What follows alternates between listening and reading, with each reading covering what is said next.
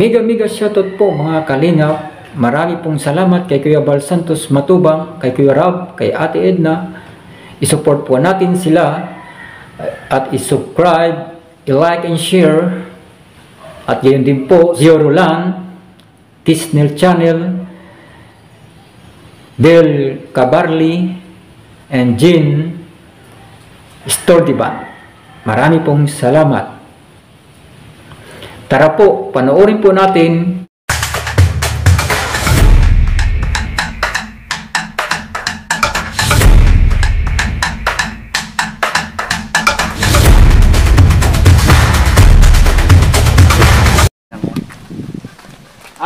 Ako po, magpapakilala po ako. Ako si Kalingap Fair TV. Nandito po ako, isang massage therapy po ako. Andito po ako para tumulong po sa mga may karamdaman po. Tulong po ito. Paglinga po sa mga may karamdaman. Tulong po. Pag sinabing tulong, wala po tulong yan eh. Ibig sabihin, ibibigay ko lang sa inyo ang kaalaman para malunasan na yung matagal nyo ng naramdaman. Kaya nga tulong eh. Pag sinabing tulong, tutulungan lang talaga kayo. Yan, itong tulong po na ito, habang buhay nyo ito na magagamit. Nakaalaman. Ito po, umpisahan natin. Ano po yung sakit nyo ito? Ano pa yung pangalan? Kapasal nyo po?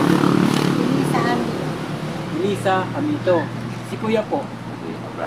Jose Abraham.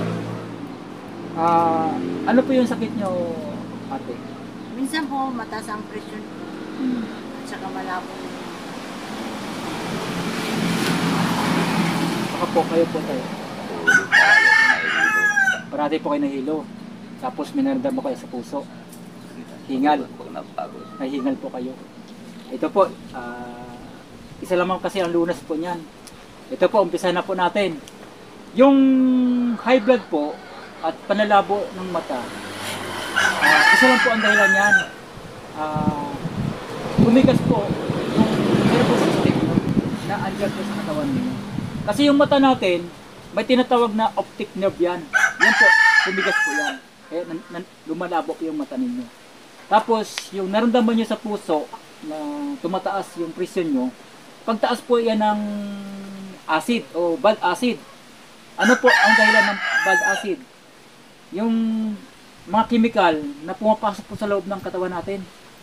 Ano ba yung mga chemical na pumapasok sa loob ng katawan natin? Yung mga inilagay po sa mga pagkain. Ano pong ginagawa ng chemical doon sa loob ng katawan natin? Yung litid po natin, pinatitigas po yan. Ibawa, yung puso natin, puso yan, may litid po dyan nakakonek. Yung litid po na yan, dyan kumakapit yung mga chemical. Pag habang kumakapit yung chemical po dyan, tumitigas po yung litid na yan na nakakonek sa puso niyo. Kaya minsan, hirap kayo huminga. Tumataas ang presyon niyo. Yun po ang dahilan. Yun po ang dahilan. Yung chemical po na pumasok dyan sa loob ng katawan ninyo, na nakukuha po doon sa mga kinakain nyo at saka iniinom ninyo. For example po, ano po yung mga may chemical na pagkain? Bitchin, ginisa mix, magic sarap, tuyo, patis, suka, mantika, sitseria, soft drinks, alak. Yan po ang pinagbumulan ng chemical. Na pagdating ng panahon, naiipon yan sa loob ng katawan ninyo. Pag naipon na yan, yun na po yung sakit, magiging sakit ninyo. Yun na po yung magiging problema nyo sa katawan ninyo. Yung sinasabing high blood. Yung hinihingal ka. Kunting kilos mo lang, napapagod ka na kaagad. Kasi nga po, loaded kayo ng chemical. Hindi makagalaw yung nervous system sa loob ng katawan ninyo. Kasi nga, dahil sa chemical na andyan sa loob ng katawan ninyo. Ngayon po, maliwanag po ang dahilan ng high blood at panlalabo ng mata is nervous system. Ano ba yung nervous system? Litid po yan. Hindi yan ugat. Kasi yung ugat sa English root. Litid, ang litid po, yun po yung at pag tumigas siya, may maramdaman kang pain, pagkirot, kahit sa saang parte ng katawan ninyo, kumikirot yan. Sa ulo nyo, nervous system po yun. Dito sa batok nyo, paninigas ng batok, nervous system din po yan.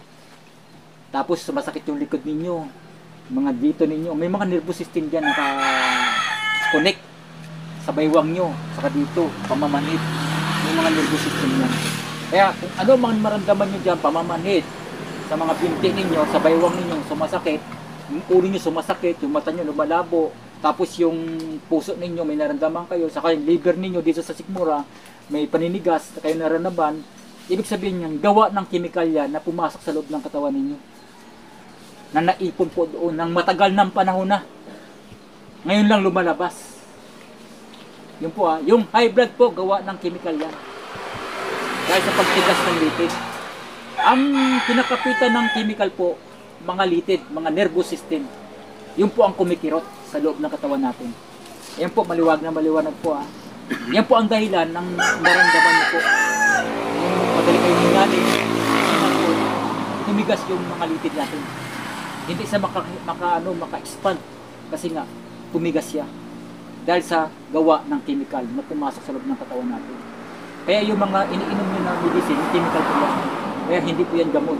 Talaga, hindi po yan gamot. Lalong pinalala ng inyong naramdaman. Ngayon, ito po, dadako na po tayo sa lunas. Sa lunas na po. Kung paano tatanggalin yung chemical na andyan sa loob ng katawan natin. Paano palabasin? Para lumuwag ang pakiramdam ninyo. Maalis yung pagkahingal. Maalis yung pagtaas ng presyon nyo. Maalis yung mga pagkirot na naramdaman nyo sa katawan ninyo. Yung panlalabo ng mata. Solusyon na po tayo. Pero yung solusyon na po yan, hindi yan binibili. Mag-uumpisa na po tayo. Pakinggan nyo po. Yung katas na malunggay. Pagkuha nyo sa puno, kayo ang pipitas po Kayo pipitas sa puno. Tapos, hugasan nyo yan. Tapos, meron ba kayong blender? Dikdikan. Yung dikdikan ng mga palay, yung mga sa bigas. Mayroon po. Ayun po. O yun po. Yung lubakan. Opo, lubakan po. Meron po kayo. Meron. Kasi mas marami yun pagka pwede yun. Kalahating baso lang po. Ang katas na dapat mapatasin. Ayun, kailangan malinis po ang paggawa kasi inumin nyo po yun. Ipapasok nyo doon sa loob ng katawan ninyo. Yung katas. Pure po yun na malunggay. Opo. Ganito po yan Pagpitas mo sa puno, hugasan nyo po yun, hugasan nyo. Pagkahugas po, di ba paklang, tatanggalin nyo yung dahon sa paklang. Puro dahon po yung ilagay, ang kakatasin nyo, puro dahon. Puro dahon po. Tapos, didik-dikin nyo yun. Kailangan malinis po yun. Lahat yung nagamitin nyo kailangan hugasan nyo muna. Hindi pwede kuya, hindi. Mamaya po, dadako tayo dyan. Kasi, inumpisa pa lang natin. Pupunta din tayo dyan. Ganito po. Katas po pipitasin sa puno, hugasan, ihimayin, dahon, katasin. Tapos ilagay dun sa pigaan, pipigain.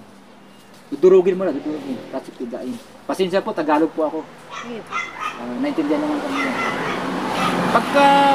Pagkakatas niyo po, di ba, nasa durog na siya, di ba, durog. Kakatasin niyo yun sa malinis sa tela.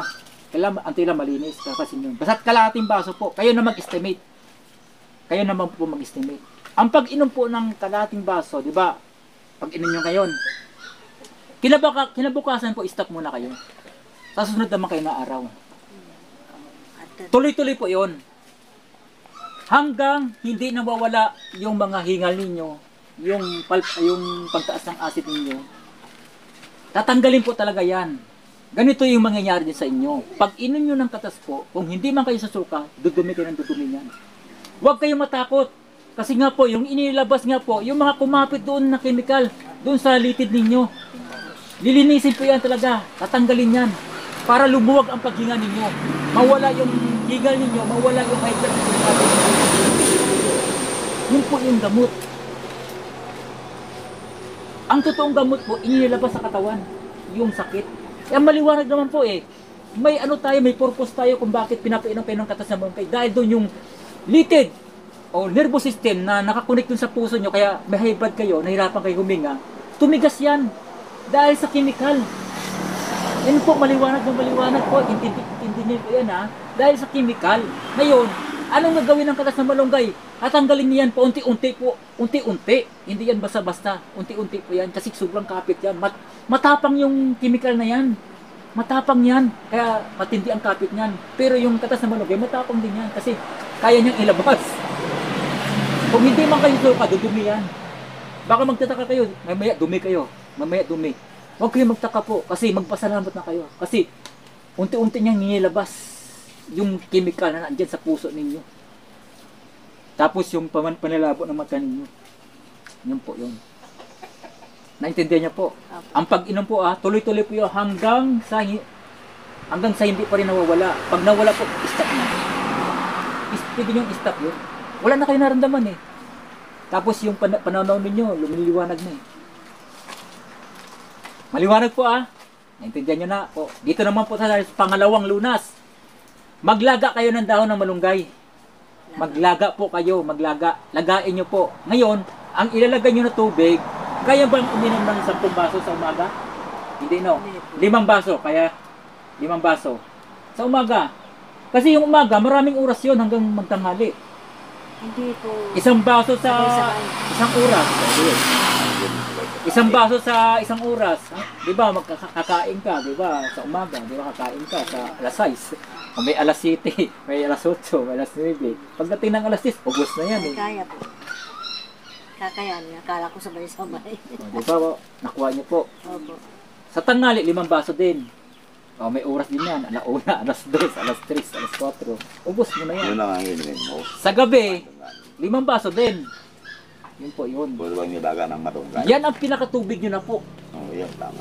Yan ang pinakatubig ninyo. Araw-araw po yun. Di ba? Ang paglaga yan, sa umaga lang po. Hanggang gabi yan. Huwag nyo na initin. Kahit malamig, pwede po yun. Pero pagdating ng bukas, itapon nyo na yan. Kasi hindi na pwede yan.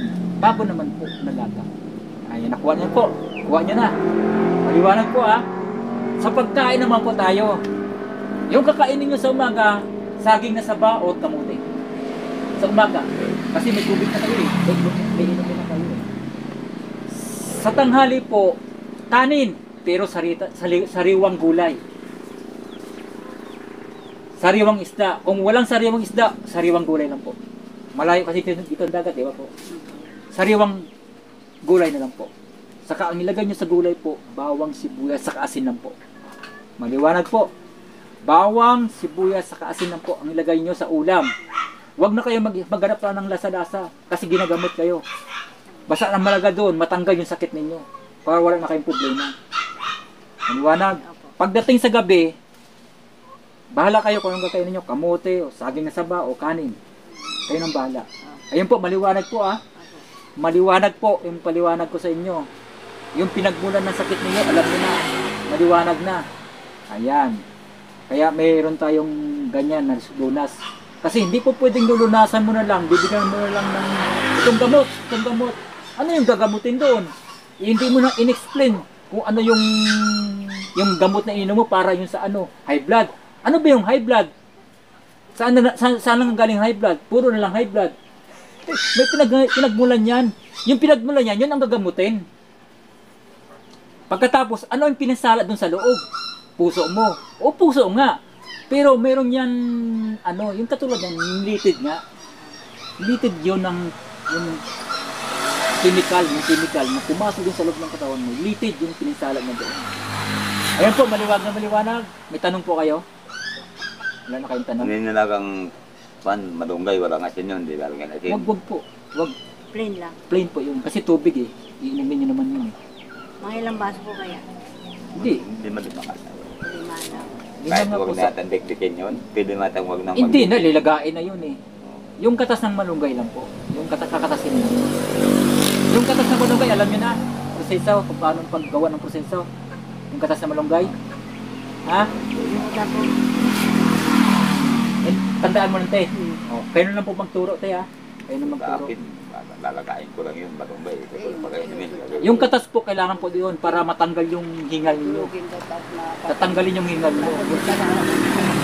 Kailangan po yung katas doon para tanggalin yung hingal niyo, yung naramdaman niyo sa puso, matatanggal yun.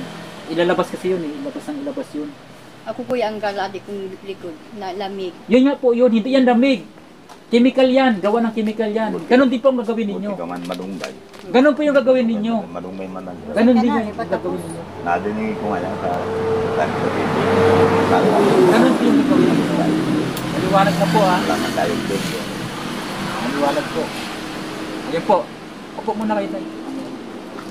Baka gusto niya ng ano, baka may bagong tayo. Wala po, pag tanghali po wala. Sige po, magpapaalam na ako. Ayan po, mga kalingap, mayroon naman po tayong bahaginan ng kaalaman patungkol po sa karamdaman na kanilang tinataglay.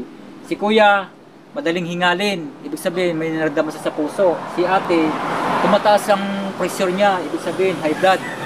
Tapos si ate naman, may sakit yung likod niya. Ayan po. Ayan po, marami pong salamat mga kalingap. Patuloy niyo po akong suportahan. Kung mayroon po kayong maitulong sa akin, tatanggapin ko po yan. Tulungan niyo po ako para marami pa pong may mga karamdaman tayo na mabahaginan ng kaalaman patungkol po sa mga may karamdaman. Katulad po ng high blood, diabetic, kidney stone, gallstone, kidney creatinine o stroke. Sila kuya, ang sakit nila, madali siyang hingalin. Sa puso po yan, ang sakit niya. Si ate, madali, tumataas ang presyon niya. Ibig sabihin, mataas ang acid niya o chemical sa katawan. Sa puso pa rin. Ayan po. Marami pong salamat sa pagtutok niyo po sa aking channel. At maraming salamat po kay Kuya Bal Santos Matubang, kay Kuya Rab, kay Ate Edna. I-support po natin sila. I-subscribe, i-like, i-share, and comment. Supportahan po natin sila. Marami pong salamat. Bye-bye po.